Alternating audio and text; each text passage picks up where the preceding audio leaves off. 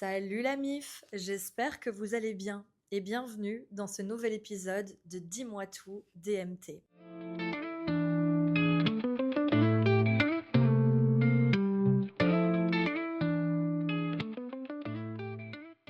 Aujourd'hui, je voulais commencer cet épisode par vous remercier.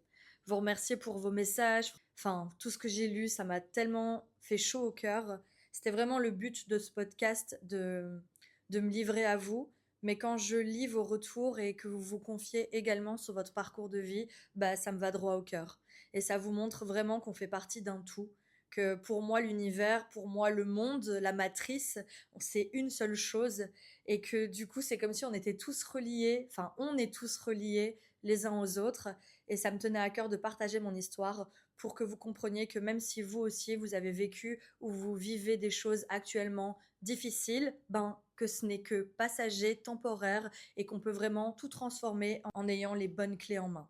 Dans l'épisode 1 et 2, je vous partageais un peu mon parcours pour vous expliquer l'anxiété, vous raconter les problèmes que j'ai eu au niveau de la somatisation. Pour rappel, la somatisation, c'est quand votre corps vous donne des alertes, des choses que vous pouvez vivre via des émotions très fortes qui vont se répercuter au niveau de votre santé et c'est votre corps qui va vous donner des petits signaux d'alerte. Dans mon cas, j'ai décidé en fait de commencer à soigner chaque chose dans mon quotidien. Il y a eu un vrai travail de fond.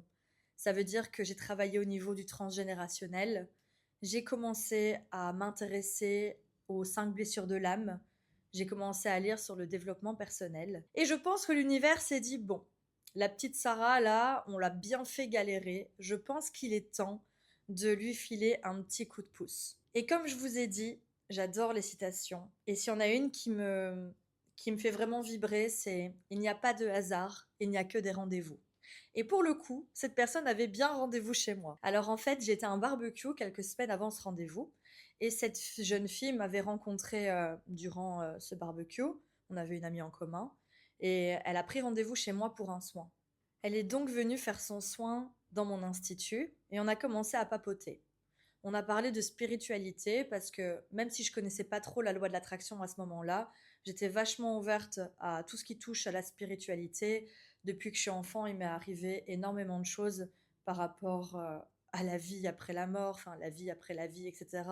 Donc j'étais quelqu'un qui s'intéressait énormément à ça et j'adore échanger sur le sujet. On commence à papoter et dans notre conversation, je lui dis une phrase. Je lui dis, tu sais, je pense que je suis une bonne personne et je comprends pas pourquoi genre j'enchaîne toujours la même chose, le même schéma répétitif parce que même si je sais pas ce que je veux, je sais aujourd'hui ce que je ne veux plus. Et là, elle m'a regardée, elle m'a dit, est-ce que tu connais la loi de l'attraction? Et je lui dis, bah non, c'est quoi? Elle me dit, bah, je te conseille de lire ce livre parce que là, en fait, ton problème, c'est que tu te concentres tellement sur ce que tu ne veux plus, tu as tellement peur de retomber sur la même chose, ben, que tu l'attires à toi. La loi de l'attraction, l'univers ne comprend pas les négations. Il va juste se focus sur votre intention. Et donc là, je lui dis, ah bon, enfin, ça me paraît genre incroyable ce qu'elle est en train de me dire. Donc, je décide de suivre ses conseils et de commencer à m'intéresser à la loi de l'attraction. Sauf que votre pote, elle fait pas les choses à moitié. C'est pas un livre que j'ai acheté, c'est une dizaine. J'ai commencé à regarder plein de reportages et en fait, ce que je lisais, ce que j'apprenais m'a clairement transcendée parce que je me suis dit, mais en fait, genre, pourquoi on ne nous a pas donné ces livres-là dès l'enfance? Pourquoi nos parents ne nous conditionnent pas à être un aimant, à pouvoir attirer tout ce que l'on souhaite à nous? Enfin, pour moi, ça me paraît tellement dingue et je crois vraiment que l'être humain, c'était son essence même, sauf que nous avons oublié parce que également la société veut nous faire oublier. Imaginez si chacun de nous était conscient qu'il est capable d'attirer et de devenir ce qu'il veut. Bah, il y aurait un petit problème au niveau de notre fonctionnement. Enfin, c'est vraiment diviser pour mieux régner, c'est nous descendre, nous abaisser nos énergies pour mieux nous contrôler. Et là, en fait, je me rendais compte que j'étais également responsable de ce que j'avais vécu. Parce que c'est facile de toujours dire oui, les autres, mais moi, pourquoi je suis allée vers ce genre de personnes, etc. Donc là, je vais vraiment commencer un gros, gros travail de fond. Je vais m'attaquer à tous les domaines de ma vie. Je vais travailler donc sur le transgénérationnel, je vais faire de l'hypnose, je vais entamer des thérapies, je vais faire de l'EMDR, je vais faire tellement de choses et donc je vais commencer à transformer mon quotidien. Et ce qui est magnifique, c'est que bah, cette jeune fille, elle est venue, elle m'a parlé, elle a su transformer ma vie. Et je me dis peut-être que vous, aujourd'hui, qui m'écoutez, bah, peut-être que c'est moi qui vais pouvoir transformer la vôtre. Parce que là, je suis en train de préparer tout un accompagnement de 3 mois en mentoring, coaching. Et voilà, je me dis, au final, peut-être que c'était ma mission de vie. Et je me suis, enfin, pour moi, la loi de l'attraction, je trouve ça tellement dingue. Il y a tellement de choses que j'ai encore envie de vous expliquer parce que j'ai attiré à moi tellement de choses consciemment en travaillant jour après jour, en mettant des choses en place. Je vais d'ailleurs faire un épisode sur les trucs les plus dingues, je pense, que j'ai attiré à moi, parce qu'on en est quand même à 2 maisons, un déménagement. Qu'est-ce que j'ai attiré? J'ai réussi même une fois, j'ai photoshopé mes comptes en banque. Je les ai regardés tous les soirs, j'ai réussi à attirer la même somme, quasiment à la virgule près sur mon compte en banque. Enfin voilà, il y a plein plein de choses à mettre en place. Et là, en fait, de savoir travailler là-dessus, de mettre plein de choses en place dans mon quotidien, ça m'a vraiment permis de reprendre le contrôle. Et donc, je suis toujours en train de travailler à fond dans mon institut, mais de commencer à déléguer petit à petit. Mais je manque vraiment de temps pour prendre soin de moi et je suis toujours dans un système bah, qui m'aspire. Les soirées le week-end, l'institut la semaine, et à côté de ça, j'essaie quand même de sortir la tête de l'eau et entamer des choses pour changer mon quotidien 1% chaque jour. Je pars en voyage à Los Angeles avec des potes et puis ensuite je rentre de voyage et je reçois un message. On me demande bah alors ça avait l'air incroyable ton voyage aux États-Unis, c'est où le prochain? Fais-moi rêver. Et j'étais dans mon lit. Franchement un peu la déprime parce que j'adorais partir en vacances mais pour moi mon quotidien c'était travailler et pouvoir partir que 2 semaines par an. Et là je sais pas. Je dis à cette fille Bali alors qu'il y avait rien de fait mais vraiment genre j'en avais même jamais parlé à personne. Et je sais pas pourquoi j'ai dit Bali, mais je savais que j'allais y aller. Et c'était l'année de mes 30 ans. Enfin, je me dis, voilà, pourquoi pas, moi qui m'intéresse de plus en plus à la spiritualité, à la loi de l'attraction, peut-être que Bali m'est destiné et que je vais m'y sentir bien là-bas. Et donc, j'en parle avec des amis. Et là, coïncidence ou rendez-vous, je match avec quelqu'un sur une application de dating et cette personne vit à Bali et on échange énormément. Et il va être vraiment un élément déclencheur dans mon départ parce que moi qui souhaitais partir 2 semaines de base, puis le Covid arrive, mon voyage est annulé toutes les semaines et je désespère, je me dis que j'y partirai jamais. Et au final, c'est cette personne qui m'a envoyé un message en me disant voilà, on a eu des visas spéciaux pour pouvoir rentrer, les visas business. Tu peux faire une demande et tu pourras arriver à Bali et y rester 2 à 6 mois. Et donc, me voilà avec mon visa en main, mon institut pour la première fois de ma vie fermé. Alors ça aussi, c'était une sacrée claque parce que j'avais pas peur de pas avoir de clientes après, pas du tout, et au contraire, on a encore plus cartonné. Moi, ce qui me choquait en fait, c'est de ne pas avoir de travail, d'avoir un agenda pour la première fois de ma vie vide et de ne pas savoir quand ça allait reprendre. Mais surtout, c'est là que je me suis dit, putain, c'est la première fois que j'ai pas de boulot, que mon institut est fermé, que je pourrais partir genre tranquille et je suis confinée avec un chat dans mon appartement à Bruxelles. Ah oui, je l'ai très mal vécu. Mais bon, je me suis dit, tu sais quoi, Sarah, c'est le moment de prendre du temps pour toi, genre de chiller. Et de toute façon, il n'y a que ça à faire, t'as pas le choix, tout le monde est dans la même galère. Bon, sauf que j'ai quand même su m'enfuir un peu plus rapidement que tout le monde avec ce fameux visa business qui m'a fait découvrir l'Indonésie totalement vide. Et là, je pars donc pour l'Indonésie. C'est la première fois que je pars plus de 2 semaines en voyage. Et surtout, je pars toute seule. Et quand je vais arriver à Bali, ça va être... ouais, je me souviens que j'ai pleuré en arrivant. Ouais, votre pote chiale facilement. J'ai pleuré en arrivant parce que j'ai ressenti quelque chose. Je sais pas l'expliquer, mais je savais que je devais être là. Et j'ai découvert un pays que j'ai adoré. Parce que moi, je suis le genre de meuf, à Bruxelles, je souriais à tout le monde dans la rue, sauf que les gens, alors les mecs pensent que je veux me les faire, et les nanas pensent que je suis totalement folle. C'est rare en Europe, je trouve, quand vous souriez à quelqu'un, que quelqu'un va vous sourire. Bah ici, vous voyez, je me sens chez moi. Parce que les gens, les Indonésiens sont tellement gentils. Dès que je souris à quelqu'un, ils me rendent le sourire. Et juste ça, en fait, ça fait ma journée. Ils remercient l'univers tous les jours d'être en vie. Ils remercient tous les jours pour ce qu'ils ont et ce qu'ils n'ont pas encore. Donc, c'est de la manifestation. Donc, au final, je pense que c'est ça qui rend Bali aussi énergétique et aussi fort, c'est qu'ici on a un peuple qui est reconnaissant. C'est un peuple qui n'a pas grand-chose, mais pourtant qui donne comme s'ils étaient millionnaires, alors que nous, putain, en Europe, on a tout et tout le monde tire la gueule. Alors oui, je dis pas, il y a des exceptions. Moi-même, je vivais en Europe et je suis une pépite. Mais franchement, c'est un peu la galère. Moi, à chacun de mes retours, ça me choque. Et chacun de mes retours a été de plus en plus compliqué. Je me souviens d'une fois où je suis partie sur Paris en rentrant. Je suis arrivée à Paris, j'ai vu une jeune fille tomber dans l'escalator, j'ai vu personne la ramasser, j'ai vu des gens s'insulter parce qu'ils se poussaient. Genre ça ici, les gars, ça n'existe pas en fait. Après, voilà, il y a des gens qui vont pas aimer Bali pour d'autres choses. Enfin, c'est chacun doit trouver vraiment son endroit, mais moi j'ai trouvé ma maison à 12 000 kilomètres de chez moi. Parce que donc, quand j'ai découvert Bali, je me suis dit, non mais attends, on m'aurait donc menti. Ça veut dire que moi, quand je parle aux gens, j'adore les vacances, j'adore le soleil, on me dit, ouais, ben ça c'est les vacances, Sarah. C'est pas la vraie vie. Ta vie, c'est de travailler en fait. Tu crois quoi, ma belle? Ben en fait, ma belle, toi, qui t'a dit que ma vie c'était de travailler? Qui vous a dit qu'on était obligé de pas voir nos enfants, pas avoir le temps de les éduquer, travailler comme des malades, se tuer la santé, avoir des vies qui sont totalement pas alignées avec ce que vous êtes au final?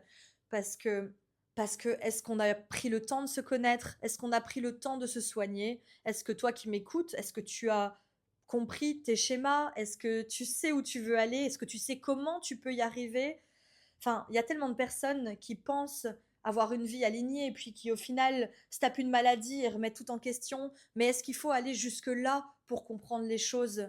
Et c'est là où avec mon papa par exemple, j'ai vu mon papa tomber malade, mais maintenant ça va, il a été soigné. Mais je l'ai vu toute sa vie travailler comme un malade et tout le temps me dire, mon rêve Sarah c'est de faire ça, mon rêve c'est de partir vivre là-bas. Et puis je lui ai dit, regarde, t'as été jusqu'à te tuer la santé, t'aurais pu, ben voilà, on aurait pu capter le truc plus loin et peut-être avoir plus de problèmes ou qu'il soit plus là aujourd'hui pour au final rêver une vie et pas la vivre. Donc à chaque fois, il était là à me dire non mais Sarah, t'as un business qui marche, je sais pas si c'est une bonne idée de tout quitter, de partir. Je lui ai dit mais là il est en train de donner ses peurs en fait. Il est en train de répercuter ses peurs qu'il a de sauter le pas sur moi. Mais moi, je suis désolée, je vais m'écouter, je vais le faire. Donc, quand je suis revenue de ce voyage à Bali où j'y suis restée 6 mois au lieu de 2 mois, j'ai commencé à faire du journaling.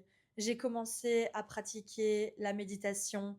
J'ai pu me retrouver dans un endroit où il y avait tellement de choses au niveau de la spiritualité à aborder et à regarder que j'étais vraiment à l'endroit parfait, là où je devais être. Vraiment, quand je vous dis que le timing de l'univers est parfait, pour moi en tout cas, je sais que ça a toujours été le cas et j'en suis infiniment reconnaissante. Et puis ensuite, il a fallu rentrer en Belgique, ma belle. T'as un institut à continuer à faire marcher. Je suis rentrée en Belgique et là, je vous mens pas, ça a été la clacasse dans ma gueulasse. Déjà, je suis arrivée à l'aéroport, j'ai vu les gens autour de moi, j'ai commencé à pleurer. Mon père, il m'a dit: «Oh, mais tu pleures, genre t'es trop contente de me revoir?» Je dis: «Alors, oui, je suis contente de te revoir, mais là, je pleure parce que je suis deg, je suis dégoûtée d'avoir dû partir.» Genre, je me sentais tellement chez moi et je me disais: «Et là, qu'est-ce que je vais faire? Je vais devoir refaire semblant, devoir jouer la comédie, devoir...» Je pouvais plus. Mais je l'ai fait. Je l'ai fait encore pendant 3 ans. Heureusement pour moi, j'ai fait pas mal d'allers-retours avec Bali et ça m'a permis de tenir le cap. Mais ces 3 ans, ça a vraiment été un pivot pour moi. Je me suis dit, meuf, t'as un commerce, t'as des employés. Ça veut dire que les gens qui sont pas indépendants peuvent pas se rendre compte de la pression que c'est. Mais moi, j'avais toujours peur que une des filles décide du jour au lendemain de faire n'importe quoi, et c'est ce qui s'est passé. J'avais peur en fait de choses dont je n'ai pas le contrôle, mais qui vont avoir une influence sur moi. Et franchement, ça, c'est une épée de Damoclès sur votre tête tous les jours quand vous êtes indépendant. C'est hyper dur en fait d'avancer en ayant un stress pareil au quotidien. Quand je repense à mon institut, oui, franchement, genre, j'ai passé des moments de fou, j'ai rencontré des clientes incroyables, j'ai rigolé avec mes employés parce que ben, c'était comme ma famille, je les voyais plus que ma famille. Elle partageait tout de moi et je pense qu'elle me connaissait encore mieux qu'eux parfois. et je me suis vraiment attachée à elle. Et du coup, c'était un peu comme une relation toxique parce que c'est quelque chose qui me faisait vivre, mais qui me rendait plus heureuse, mais auquel j'étais reliée. C'était vraiment compliqué pour moi de prendre cette décision parce qu'à chaque fois, je me disais, comme tout le monde pourrait penser aussi, et qu'est-ce que je vais faire après? Et nanana. Et puis en fait, je me suis dit, bon ben Sarah, maintenant, t'as un plan. Ton plan, c'est de partir vivre au soleil. T'as la loi de l'attraction en main. Tu vas mettre toutes des choses en place pour manifester et y arriver plus facilement parce que t'es capable de le faire. T'as su manifester déjà beaucoup de choses dans ta vie, mais maintenant, on va manifester un changement de vie radical parce que tu sais que t'es une bonne personne, tu sais que tu le mérites et tu sais que tu vas le faire parce que t'es capable de tout réussir.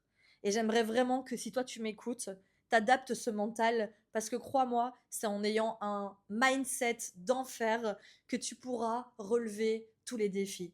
Parce que dis-toi juste, si quelqu'un l'a fait avant toi, pourquoi toi, t'en es moins capable? Et parfois, quand je doute de moi, parce que je reste humaine, ça m'est arrivé de me lever le matin et de me sentir comme une merde, ou de me poser des questions, d'être dans le doute, parce que le doute reste humain, ça fait partie des choses un peu deep avec lesquelles on doit dealer dans notre incarnation ici sur Terre, mais le doute vraiment, quand vous avez un doute, vous vous dites juste, genre si une personne l'a fait avant moi, pourquoi j'en serais moins capable? La société veut vous faire croire que vous en êtes moins capable qu'un autre, mais c'est pas vrai. On est tous capables de tout. Et si moi j'ai su commencer avec une valise d'ongles et terminer par faire une villa à Bali, bah pourquoi pas quelqu'un d'autre en fait? Et vraiment, je me suis dit, bah Sarah, là, tu as un certain laps de temps pour trouver des solutions. Parce que quelque chose qui est important que je vous explique, c'est que je vais pas sauter dans le vide en me créant une vibration de manque ou d'anxiété. Je m'explique. Par exemple, c'est pas que je suis arrivée à Bali avec 0 € en poche et pas savoir ce que j'allais faire. J'ai travaillé, je me suis dit il faut que je parte avec un certain capital pour pouvoir vivre, pour pouvoir investir, vivre en même temps, faire les choses intelligemment. Parce que je veux surtout pas me réveiller là-bas et me dire putain comment je vais faire pour manger la semaine prochaine. Parce que du coup je vais vibrer du manque et je vais attirer du manque à moi. Donc j'avais envie de faire bien les choses. J'avais envie de vendre correctement mon bâtiment, de tout vendre en Belgique, de revenir ici et j'ai tout préparé en avance. Ce que j'ai manifesté à Bali à mon arrivée 3 ans plus tard, sachez que c'est ce que j'ai écrit dans mes carnets depuis des années. J'écrivais des phrases, même peut-être que des clientes qui écouteront ce podcast s'en souviendront, mais avant de partir à Bali, j'avais dit voilà, j'avais encore rien fait, on doit me prendre pour une mythomane, mais moi c'est comme ça que je manifeste. Donc on m'a dit alors Sarah tes projets, j'ai dit ben moi là je monte une société, je vais faire de l'immobilier, je vais trouver un terrain et faire une maison dessus et voilà. Et les gens me regardaient genre hein, et quoi, t'as déjà ouvert ton truc? Tu sais où tu vas acheter? Tu vas faire comment pour... Et j'étais là, ouais, ouais, non, je sais, j'ai déjà mon plan dans ma tête.